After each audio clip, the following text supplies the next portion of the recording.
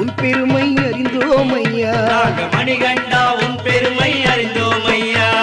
சாமியே சரணம் ஐயப்பா சரணம் சுவாமியே சரணம் சரணம் ஐயா